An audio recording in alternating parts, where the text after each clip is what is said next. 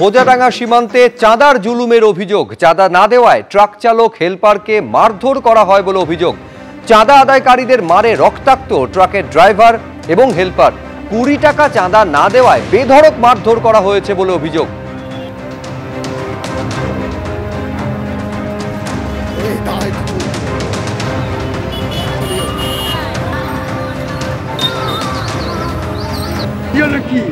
চাঁদালি ঝামেলা হাতুড়ি দিয়ে মেরেছে, হাতুড়ি দিয়ে।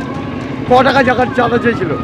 আর চাঁদা দিয়ে আছে, স্লিপ আছে ওদের, স্লিপ তো 2 দিন চাঁদা দিচ্ছে, কালকে দিচ্ছে, পরশু দিন দিচ্ছে। পুলিশ তো এখানে পুলিশ ছিল, ওখানে পুলিশ থাকাকালীন চাঁদা তুলছে। তাও পুলিশকে বললাম কিসের চাঁদা? কিসের চাঁদা? পুজোর চাঁদা। কালী পুজো? কালী পুজোর চাঁদা। তা কি হবে এখন? কি হবে? ওই তো আছে, বাবারা আছে। বাবারা কত টাকা চেয়েছিল আপনার কাছে? আরে চাঁদা দেওয়া আছে, 20 টাকা চাঁদা আমি দিয়েছি কালকে চাঁদা দিয়েছি। এখানকার স্লিপ পর্যন্ত আছে।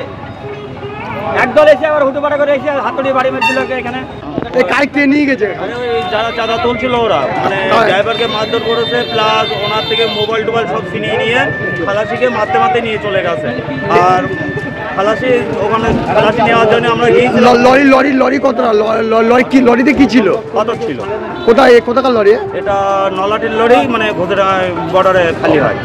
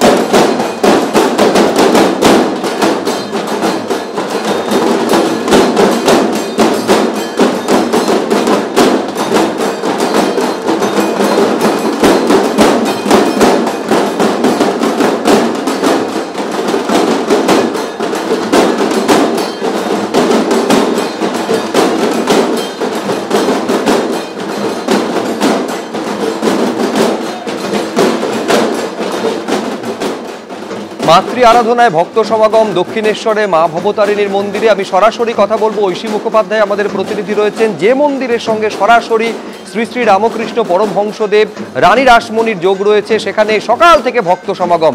এই মুহূর্তের ছবিটা ঐশী।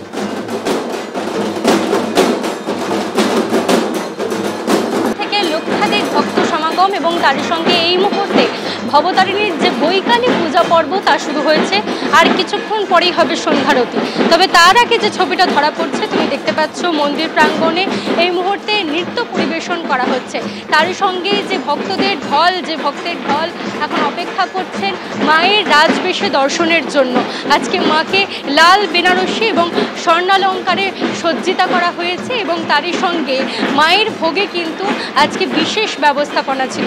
তুমি জানো যে 5 রকমের মাছ, তারই সঙ্গে অন্ন, পরমান্ন, পোলাও সহযোগে মাকে আজকে ভোগ নিবেদন করা হয় এবং তারই পরে এখন এই মুহূর্তে যে বৈকালী পূজা পর্ব তা সম্পন্ন করা হচ্ছে। দূর দূরান্ত থেকে যত দর্শনার্থীরা এসেছেন তাদেরকে মা দর্শন দিচ্ছেন।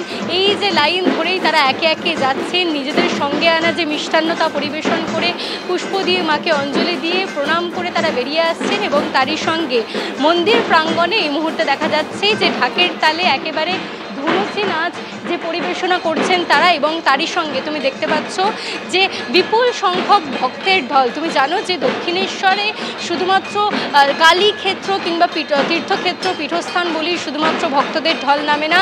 তুমি যেমনটা বলছিলে যে ইতিহাস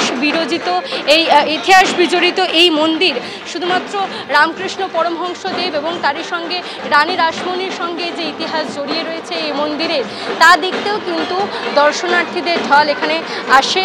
অর্থাৎ দেখতেই পাচ্ছ যে মন্দিরের যে গর্ভগৃহ সেখানে কিন্তু এখন পা রাখার জায়গা নেই, তিল ধারণের জায়গা নেই। এত দর্শনার্থী উপরে অপেক্ষা করছেন মায়ের এক ঝলক দর্শনের জন্য। আমি কৌশিককে দেখাতে বলবো যে মন্দির প্রাঙ্গণে এই মুহূর্তে ঢাকের তালের সঙ্গে যে নৃত্য পরিবেশন হচ্ছে বিশেষভাবে, এবং মায়ের যে বৈকালী পূজা পর্ব তা হচ্ছে। এরই পরে সন্ধ্যারতি এবং তারপরে কিন্তু নিশি পূজার যে সমস্ত আয়োজন তা শুরু হয়ে যাবে। আজকে রাত 10:30টার পরে দক্ষিণেশ্বরে নিশি পূজা শুরু হবে। একেবারে তুমি আমাদের সঙ্গে থাকো। এই মুহূর্তে আপনারা দেখতে পাচ্ছেন ভক্তদের নৃত্য পরিবেশন।